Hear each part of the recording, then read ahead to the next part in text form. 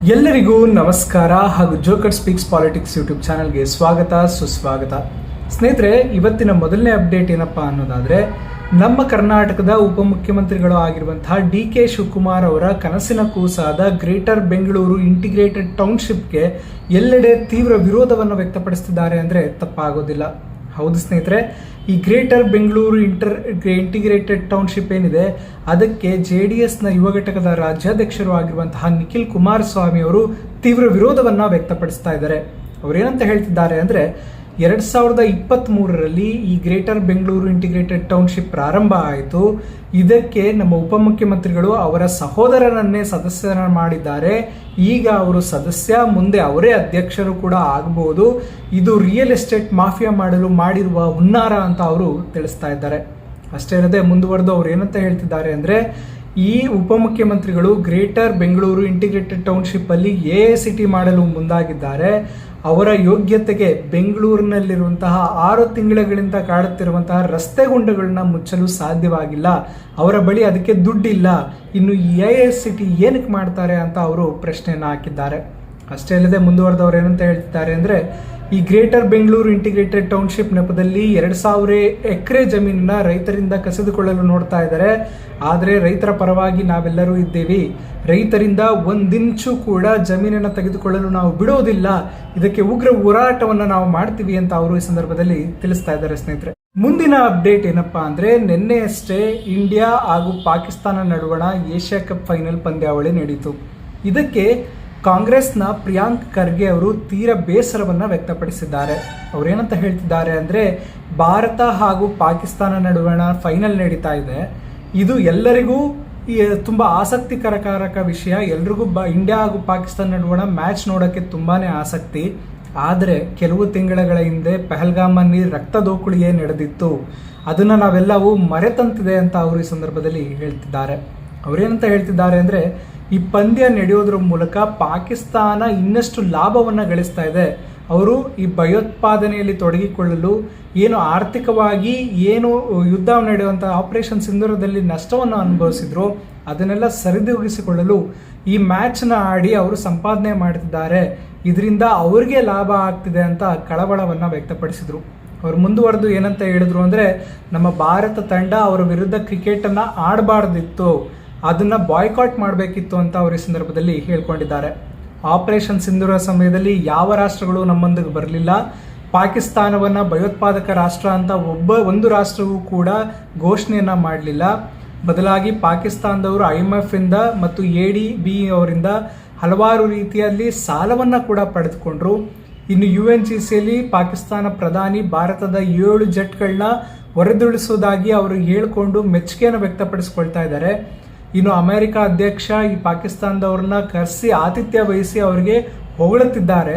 ಇಷ್ಟೆಲ್ಲದರ ನಡುವೆ ನಾವು ಈ ಪಹಲ್ಗಾಮ್ ಮಧ್ಯದಲ್ಲಿ ಮೃತರಾದವರ ಕುಟುಂಬದವರು ಈ ಪಂದ್ಯವನ್ನು ಆಡಬಾರ್ದು ಅಂತ ಹೇಳಿದ್ರು ಕೂಡ ನಾವು ಆಡಿರುವುದು ಎಷ್ಟು ಸರಿ ಅಂತ ಅವರು ಈ ಸಂದರ್ಭದಲ್ಲಿ ಪ್ರಶ್ನೆಯನ್ನ ಮಾಡಿದ್ದಾರೆ. ಸ್ನೇಹಿತರೆ, ಮುಂದಿನ ಅಪ್ಡೇಟ್ ಏನಪ್ಪಾ ಅಂದ್ರೆ, ನಮ್ಮ CM ಸಿದ್ದರಾಮಯ್ಯ ಅವರು ಸಿಟಿ ರೌಂಡ್ಸ್ ಹೊಡೆದಿದ್ದಾರೆ. ಸ್ನೇಹಿತರೆ, ಹೌದು, ಬೆಂಗಳೂರಿನಲ್ಲಿ ಮಳೆ ಬಂದಾಗಿಂದ ಇಲ್ಲಿವರೆಗೂ ರಸ್ತೆ ಗುಂಡಿಗಳ ಬಗ್ಗೆನೇ ಮಾತಾಗಿದೆ.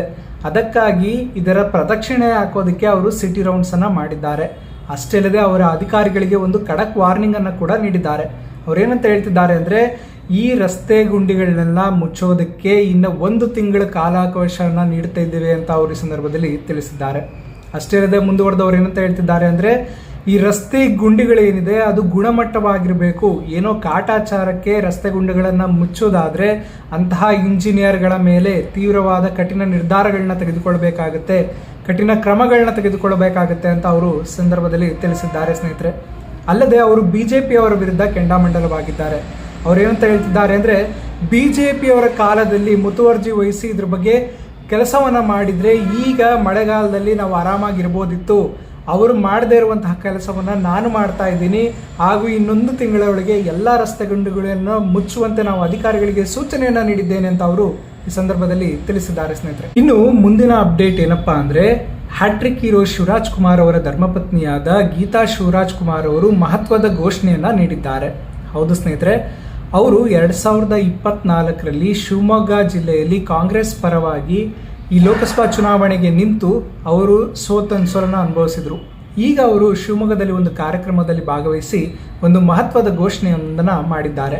ಅವರೇನಂತ ಹೇಳ್ತಿದ್ದಾರೆ ಅಂದರೆ, ಇನ್ನು ಮುಂದೆ ನಾನು ಯಾವುದೇ ಚುನಾವಣೆಯಲ್ಲಿ ಸ್ಪರ್ಧೆನ ಮಾಡೋದಿಲ್ಲ, ಆದರೆ ಪಕ್ಷದ ಪರವಾಗಿ ನಿಲ್ತೀನಿ, ಮುಂದಿನ ದಿನಗಳಲ್ಲೂ ಕೂಡ ನಾನು ಪಕ್ಷದ ಪರವಾಗಿ ಪ್ರಚಾರವನ್ನು ಮಾಡ್ತೀನಿ ಅಂತ ಅವರು ತಿಳಿಸಿದರು. ಸ್ನೇಹಿತರೆ, ಅವರು 2024ರಲ್ಲಿ ಲೋಕಸಭಾ ಚುನಾವಣೆಯಲ್ಲಿ ಶಿವಮೊಗ್ಗದಲ್ಲಿ ಕಾಂಗ್ರೆಸ್ ಪರವಾಗಿ ನಿಂತಿದ್ರು. ಅವರು ಬಿಜೆಪಿಯ ಸ್ಪರ್ಧೆಯಾಗಿರುವಂತಹ BY ರಾಘವೇಂದ್ರ ಅವರ ವಿರುದ್ಧ ಸೋಲನ್ನು ಅನುಭವಿಸಿದ್ರು. ಅದಕ್ಕಾಗಿ ಅವರು ಏನು ಮಾಡಿದ್ದಾರೆ ಅಂದರೆ, ಇನ್ನು ಮುಂದೆ ಯಾವುದೇ ರೀತಿಯ ಚುನಾವಣೆಯಲ್ಲಿ ನಾನು ಭಾಗವಹಿಸುವುದಿಲ್ಲ, ಆದರೆ ಪಕ್ಷದ ಪರವಾಗಿ ನಾನು ನಿಂತು ಪ್ರಚಾರವನ್ನು ಮಾಡ್ತೀನಿ ಅನ್ನುವಂತಹ ನಿರ್ಧಾರ ಮಾಡಿದ್ದೇನೆ ಅಂತ ಅವರು ತಿಳಿಸಿದ್ದಾರೆ. ಸ್ನೇಹಿತರೆ, ಇನ್ನು ಇವತ್ತಿನ ಕೊನೆಯ ಅಪ್ಡೇಟ್ ಏನಪ್ಪಾ ಅಂದರೆ, ನಿಮ್ಗೆಲ್ಲೋ ಗೊತ್ತಿರೋ ಹಾಗೆ ನಿನ್ನೆ ಭಾರತ ಹಾಗೂ ಪಾಕಿಸ್ತಾನ ನಡುವಣ ಏಷ್ಯಾ ಕಪ್ ಫೈನಲ್ ನಡೀತು. ಅದರಲ್ಲಿ ಭಾರತ ಪಾಕಿಸ್ತಾನ ವಿರುದ್ಧ ರೋಮಾಂಚನಕ ಜಯವನ್ನು ಗಳಿಸಿದ್ರು ಅಂದರೆ ತಪ್ಪಾಗೋದಿಲ್ಲ. ಇದಕ್ಕೆ ನರೇಂದ್ರ ಮೋದಿ ಅವರು ಅಭಿನಂದನೆಯನ್ನು ಸಲ್ಲಿಸಿದ್ದಾರೆ.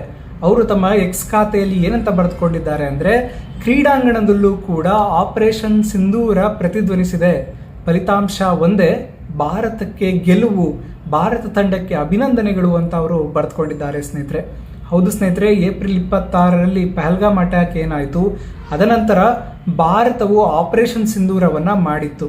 ಇದರಿಂದ ಪಾಕಿಸ್ತಾನ ಸೈಲೆಂಟ್ ಆಗಿತ್ತು ಅಂದರೆ ತಪ್ಪಾಗೋದಿಲ್ಲ. ಅಷ್ಟೇ ಅಲ್ಲದೆ ಈ ಏಷ್ಯಾ ಕಪ್ ನಡೀತಿರ್ಬೇಕಾದ್ರೂ ಕೂಡ ಹಸ್ತಾಲಾಂಘನ ಮಾಡೋದಕ್ಕೆ ಭಾರತ ಒಪ್ಪಿಕೊಂಡಿರಲಿಲ್ಲ. ಅಷ್ಟೇ ಯಾಕೆ, ಭಾರತ ಏಷ್ಯಾ ಕಪ್ ಗೆದ್ದ ಮೇಲೂ ಕೂಡ ಪಾಕಿಸ್ತಾನದ ಅಧ್ಯಕ್ಷರು ಆಗಿರುವಂತಹ ಮೊಹಮ್ಮದ್ ನಿಕ್ವಿ, ಪಾಕಿಸ್ತಾನ ಕ್ರಿಕೆಟ್ ಬೋರ್ಡ್ನ ಅಧ್ಯಕ್ಷರು ಆಗಿರುವಂತಹ ಮೊಹಮ್ಮದ್ ನಿಕ್ವಿ ಅವರಿಂದ ಟ್ರೋಫಿಯನ್ನು ಕೂಡ ಸ್ವೀಕರಿಸ್ತಿಲ್ಲ. ಭಾರತ ಇದರಿಂದ ಪಾಕಿಸ್ತಾನಕ್ಕೆ ಒಂದು ಒಳ್ಳೆಯ ಉತ್ತರವನ್ನು ನೀಡಿದೆ ಅಂತ ನಮ್ಮ PM ನರೇಂದ್ರ ಮೋದಿ ಅವರು ತಿಳಿಸ್ತಾ ಇದ್ದಾರೆ. ಸ್ನೇಹಿತರೆ, ಇದಿಷ್ಟು ಇವತ್ತಿನ ಕರ್ನಾಟಕ ಪಾಲಿಟಿಕ್ಸ್ ವಿಚಾರಗಳಾಗಿತ್ತು. ಇನ್ನೂ ಹೆಚ್ಚಿನ ಕರ್ನಾಟಕ ಪಾಲಿಟಿಕ್ಸ್ ವಿಚಾರಗಳಿಗಾಗಿ ದಯಮಾಡಿ ನನ್ನ ಯೂಟ್ಯೂಬ್ ಚಾನಲ್ನ ಸಬ್ಸ್ಕ್ರೈಬ್ ಮಾಡ್ಕೊಂಡು ಸಪೋರ್ಟ್ ಮಾಡಿ ಅಂತ ಕೇಳ್ಕೊಳ್ತಾ, ವಿಡಿಯೋ ನೋಡಿದ್ದಕ್ಕಾಗಿ ಧನ್ಯವಾದಗಳು.